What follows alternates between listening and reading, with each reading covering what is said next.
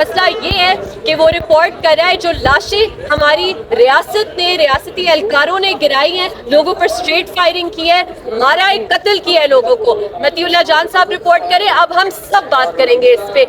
کوئی ہیلتھ کے حوالے سے جو کیجولیٹی ہوئی ہے ان کے بارے میں کوئی بتایا کہ کتنے لوگ تھے اس حوالے سے؟ متی جو کلیکٹ کر رہا تھا فگر جی ایسے مقدمے میں جس میں ان کا کوئی کتاب نہیں ہے, جھوٹا من گھڑت مقدمہ. مطیع اللہ جان کے لیے کیا پولیس دیکھیں کر رہی ہے سری میں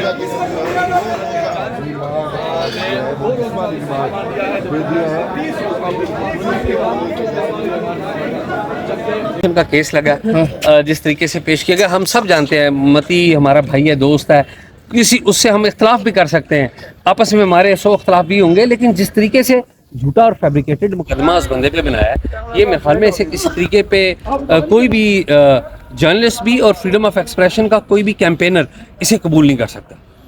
کمرہ عدالت میں آج کیا کچھ ہوا؟ متی بھائی سے آپ کی بات ہوئی, کیا کہہ رہا تھا؟ متی سے میری بات ہوئی ہے. متی نے کہا کہ اس سے تشدد کا نشانہ نہیں بنایا گیا, اس کے حوصلے متی کے بڑے بلند تھے, بڑا مطمئن تھا متی, بلکہ وہ بھی مسکرا رہا تھا کہ کس طریقے سے اس پہ یہ فیبریکیٹڈ مقدمہ جو ہے وہ بنایا. مقصد کیا ہو سکتا ہے سید صاحب؟ مقصد یہی ہے کہ مطیع اللہ جو کرٹیسائز کرتا ہے, حکومت کو کرٹیسائز کرتا ہے, اسٹیبلشمنٹ کو کرٹیسائز کرتا ہے, تو شاید مجھے تو یہ سمجھ میں آتی ہے کہ اسے سلو ڈاؤن کرنے کے لیے یہ جو وقتی طور پر اس سے کوئی فرق پڑے گا ان کی میرا نہیں خیال, میرا نہیں خیال. ابھی کوئی ہیلتھ کے حوالے سے جو کیجولیٹی ہوئی ہے ان کے بارے میں کوئی بتایا کہ کتنے لوگ تھے اس حوالے سے؟ متی جو کلیکٹ کر رہا تھا فگر, جی اس میں 2 پمز میں تھے اور 3 پولی کلینک میں تھے. یہ متی نے جو کلیکٹ کی ہیں فگرز, یہ وہ.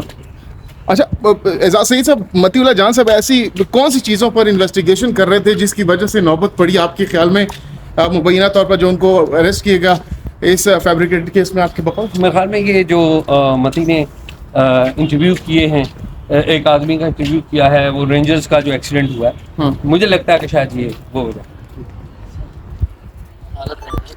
کہ آپ کا معاملہ نہیں ہے تو کون سا معاملہ تھا؟ معاملہ آپ وہ بتا سکتے ہیں کیا معاملہ تھا, لیکن انہوں نے بتایا نہیں ہے. بالکل. آپ کا موبائل مل گیا؟ موبائل تو مل گیا, ایک مل گیا اور ایک رہتا ہے.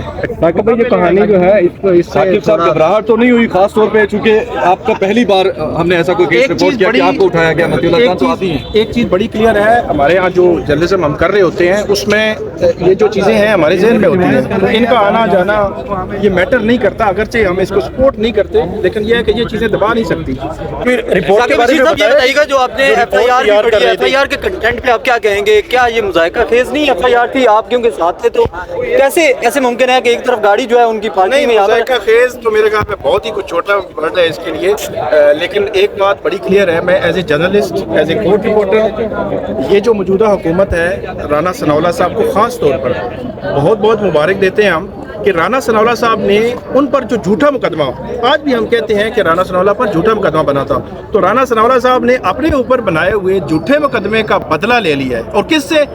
سینئر صحافی مطیع اللہ جان سے. جب وہ اپوزیشن میں تھے تو یہی مطیع اللہ جان اسی لینگویج کے ساتھ بولتے تھے, تو ان کی تعریفوں کے پل باندھے جاتے تھے, ان کے گھروں میں جاتے تھے بلاول بھٹو زرداری اور شہباز شریف اور پی ڈی ایم.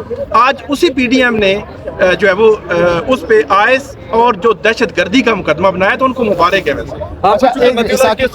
تو حکومت نے کوئی رابطہ کیا آپ سے کہ آپ سے چاہے جس کی ہدایت, ہمیں پتہ ہے کس کے آرڈر پر یہ ایف آئی آر ہوا ہے, اور ہمیں پتہ ہے کہ مطیع اللہ جان سے مسئلہ کیا ہے. مسئلہ یہ ہے کہ وہ رپورٹ کر رہا ہے جو لاشیں ہماری ریاست نے ریاستی اہلکاروں نے گرائی ہیں, لوگوں پر اسٹریٹ فائرنگ کی ہے, مارا ہے, قتل کیا ہے لوگوں کو. مطیع اللہ جان صاحب رپورٹ کریں, اب ہم سب بات کریں گے اس پہ, کیونکہ مطیع اللہ جان صاحب کی صحافت کو آپ اس طرح دبا نہیں سکتے. بہت شکریہ ایمان. اپنا جج صاحب سے آپ یہی توقع نظر آ رہی تھی کہ وہ ریمانڈ دیں گے؟